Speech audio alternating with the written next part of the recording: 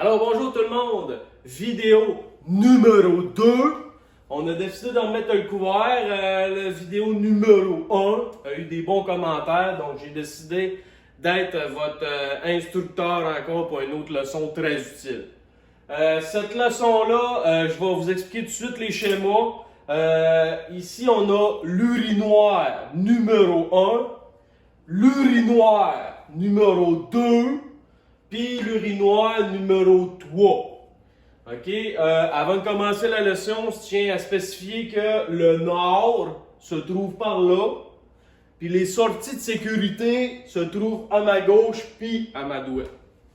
Excellent. Donc aujourd'hui, la leçon, ça va être spécifiquement pour les jeunes hommes qui vont être des futurs utilisateurs de l'urinoir et aussi peut-être les transgenres qui vont transiger vers l'urinoir. Donc, c'est pas compliqué. Je vais décrire les 5 sortes de personnes que vous pouvez rencontrer en utilisation de l'urinoir. La première personne, le voyeur. Le voyeur, c'est super simple. Je peux y aller d'une démonstration simple. Si j'utilise l'urinoir numéro 1, le voyeur va avoir tendance à se crisser sur le 2. OK? Il va se crisser sur le 2. Pourquoi pas le 3? Parce que lui, il veut le 2. Ce qui va arriver, c'est qu'il va regarder le mur et il va te regarder le pénis en même temps. Discrètement, il se dévoilera pas, mais il va te regarder à la chienne. Ensuite de ça, numéro 2, la chaude-pisse. La chaude-pisse, il n'est pas compliqué, OK? Lui, on le reconnaît au son. Quand tu rentres dans la chambre de bain, il y a quelqu'un qui est là, puis il n'y a pas d'eau qui coule. Puis là, tu commences à pisser, puis tu te rends compte qu'il force pour pisser. Ça, c'est une chaude pisse. Troisième personne, le péteux. Le péteux, c'est mon préféré. J'en connais des péteux. Le péteux, il n'y a pas d'ombre. C'est pas compliqué, il y a un cœur de pierre.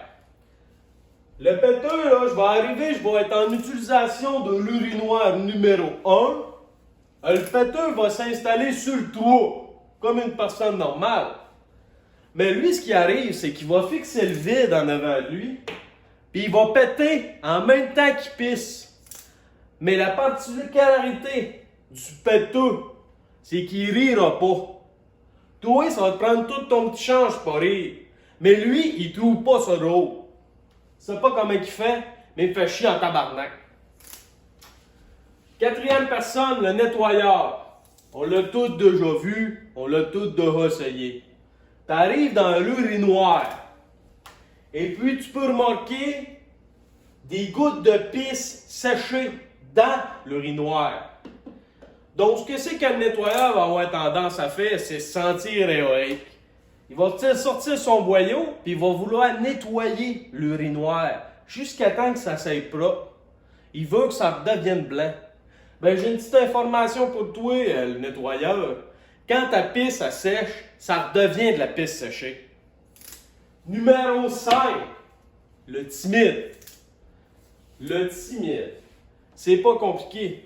Que l'utilisateur utilise le numéro 3, 2 ou 1, s'il y a quelqu'un sur un de ces urinoirs-là, le timide va prendre la toilette pour aller pisser.